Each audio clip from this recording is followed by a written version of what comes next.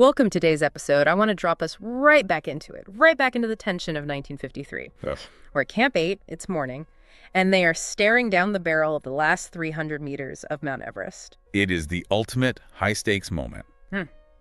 And you've got the team leader, calling out from a distance, Right. shouting that warning we talked about last time. You are at the point of no return. Okay, let's just pause on that for a second. The phrase point of no return, it sounds so dramatic.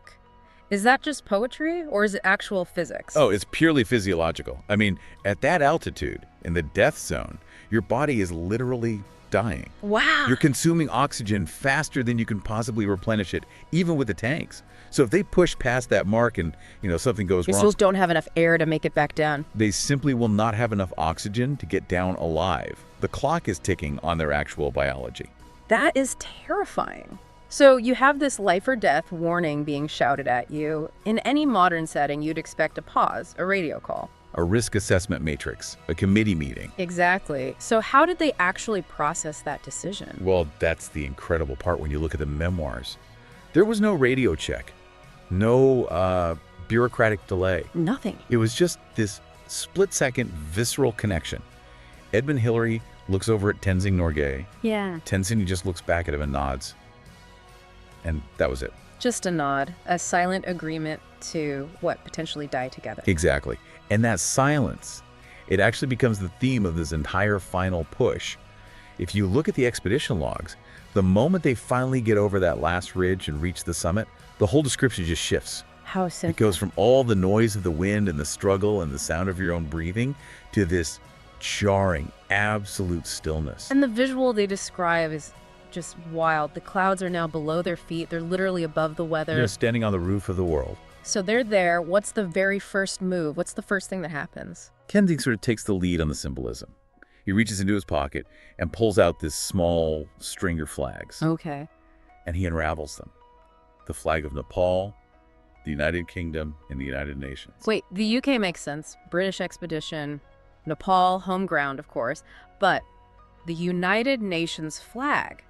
That seems like a really odd choice for a mountain climber in the 50s. You'd think so, but it's actually a really profound statement. You have to remember, this is 1953. Right. The world is barely out of the wreckage of World War II. The UN is still this very young, very fragile idea.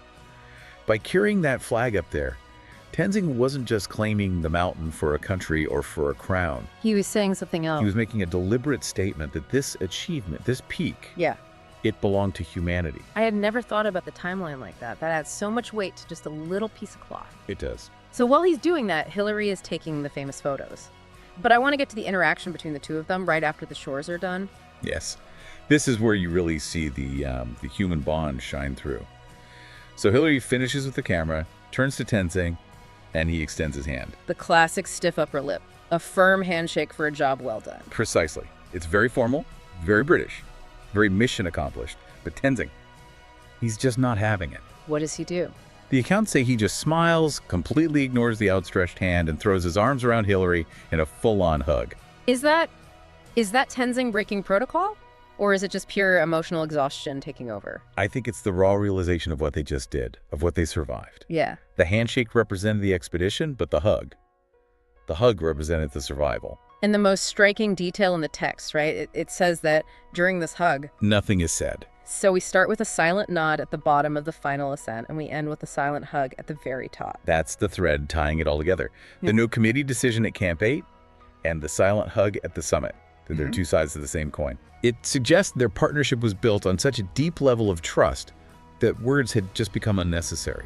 They didn't need to debate the risk, and they didn't need to, verbalize the victory. It really does shift the focus from conquering a mountain to this incredibly powerful unspoken bond between two people. But it does make me wonder, if that silence was the real victory, what does that say about how we define success today? Well, that's the question, isn't it? In our world of constant notifications and status updates, all this noise, we feel this need to broadcast everything. But when you look at Hillary and Tenzing, maybe the most profound moments of achievement are the ones where absolutely nothing needs to be said.